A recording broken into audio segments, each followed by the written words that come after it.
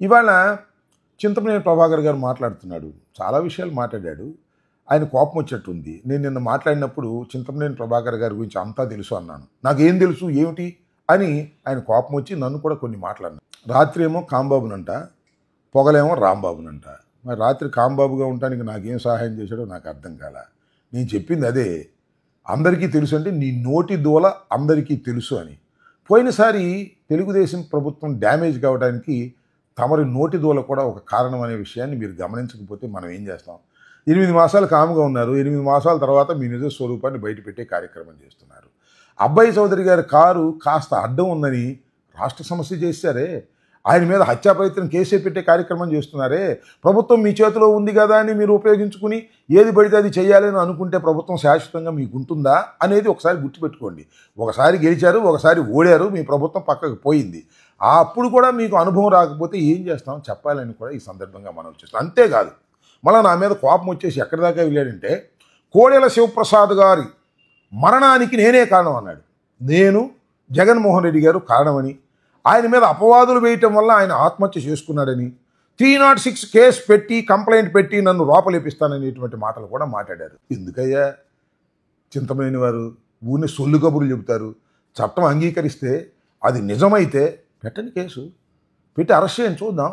ఎందుకు ఊరిని సొల్లు మాటలు మాట్లాడే కార్యక్రమం ఏదో మిమ్మల్ని ఏదో అన్నానని చెప్పేసి లేనిపోని విషయాలన్నీ మాట్లాడేటువంటి ప్రయత్నం దయచేసి చేయవద్దని కూడా మనవి చేస్తున్నాం.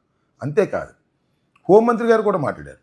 హోంమంత్రి గారు చింతమనేని ప్రభాకర్ గారు ఏమన్నారంటే, రాంబాబు గారు ఓడగొట్టిన నాగలదుంప ఆయనకి ఎందుకు ఇవ్వాలి అనే మాట ఆయన మాట్లాడాడు. హోంమంత్రి గారు ఏం మాట్లాడారు చూడండి. ఆయన ఏం మాట్లాడారంటే, మేము అపోజిషన్లో ఉన్నప్పుడు మమ్మల్ని కనీసం గేటు కూడా తాకనివ్వలేదు, మేము కనీసం గేట్ అయినా తాకనించామనేటువంటి మాట మాట్లాడుతున్నారు. ఏం మాటలు ఇవి? అపోజిషన్లో ఎవరున్నా డీజీపీని కలుసుకోవచ్చు, రిప్రజెంటేషన్ చేయవచ్చు. దాని మీద యాక్షన్ తీసుకుంటారా లేదా, that is a different matter.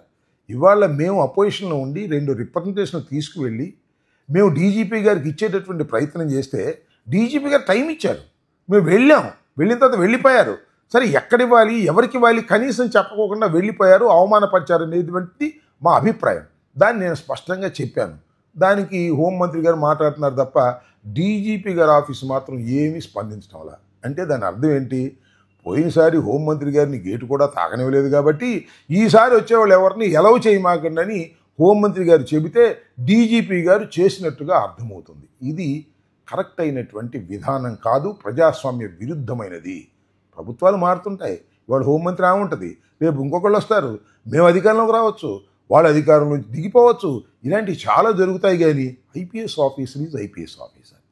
కానీ ఐపీఎస్ ఆఫీసర్ గారు ఈ విధంగా ప్రవర్తించడం అనేది చట్ట వ్యతిరేకమైందే కాక ఆక్షేపణీయమైంది అని కూడా ఈ సందర్భంగా నేను మనవి చేస్తున్నాను. ఓ మాట చెప్పేయండి, డీజీపీ గారు వైఎస్ఆర్ కాంగ్రెస్ పార్టీ వారి దగ్గర నుంచి రిప్రజెంటేషన్ తీసుకుంటే చంద్రబాబు నాయుడు గారు, లోకేష్ గారు, హోంమంత్రి గారు అంగీకరించడం లేదు కాబట్టి మేము వారి దగ్గర నుంచి రిప్రజెంటేషన్ తీసుకోము అని చెప్పండి. మానేస్తాం, ఇవ్వటం మానేస్తాం. లేదంటే బయట ఒక బాక్స్ పెట్టి లోపలికి రావద్దు, గేటు దగ్గరే వైసీపీ వాళ్ళు రిప్రజెంటేషన్ లోపల వేసి వెళ్ళమని చెప్పండి. ఆ కన్నా చేస్తాం. క్లారిటీ లేకోకుండా ప్రజాస్వామ్యంలో ఎలాగా మాకు ఏదైనా ఇబ్బంది వస్తుంది, రక్షణ కావాల్సి వస్తుంది, ఎస్పీ గారికి చెప్తాం, తర్వాత డీజీపీ గారికి చెప్తాం. ఇది ప్రజాస్వామ్య పద్ధతులు.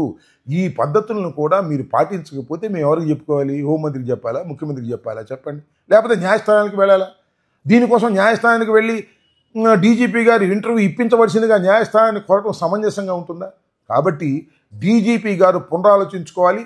నిన్న జరిగిన సంఘటన మీద మాకు స్పష్టమైనటువంటి భావన కలిగే విధంగా మీరు ఒక ప్రకటన చేయాల్సిన అవసరం ఉంటుందని కూడా నేను మనవి చేస్తాను. లేదు మేము ప్రకటన చేయము, ప్రకటన చేస్తే మమ్మల్ని లోకేష్ ఒప్పుకోడు, ప్రకటన చేస్తే మా హోంమంత్రి ఒప్పుకోరు అనుకుంటే అది మీ ఇష్టం. కానీ స్పష్టత కావలసినటువంటి అవసరం ఉందని కూడా ఈ సందర్భంగా నేను మనవి చేస్తూ ఇంకొక విషయాన్ని ఇక్కడ చెప్పదలుచుకున్నా. ఇవాళ వంశీని అరెస్ట్ చేసింది గన్నవరం తెలుగుదేశం పార్టీ మీద దాడి కేసులో కాదని, అది కేవలం ఒక ఫాల్స్ కేసు, మొన్ననే పెట్టి అరెస్ట్ చేసినటువంటి కేసు అనేది ప్రజలు గమనించాలని కూడా ఈ సందర్భంగా నేను మీ ద్వారా వారికి చెప్పదలుచుకున్నాను. ధన్యవాదాలు.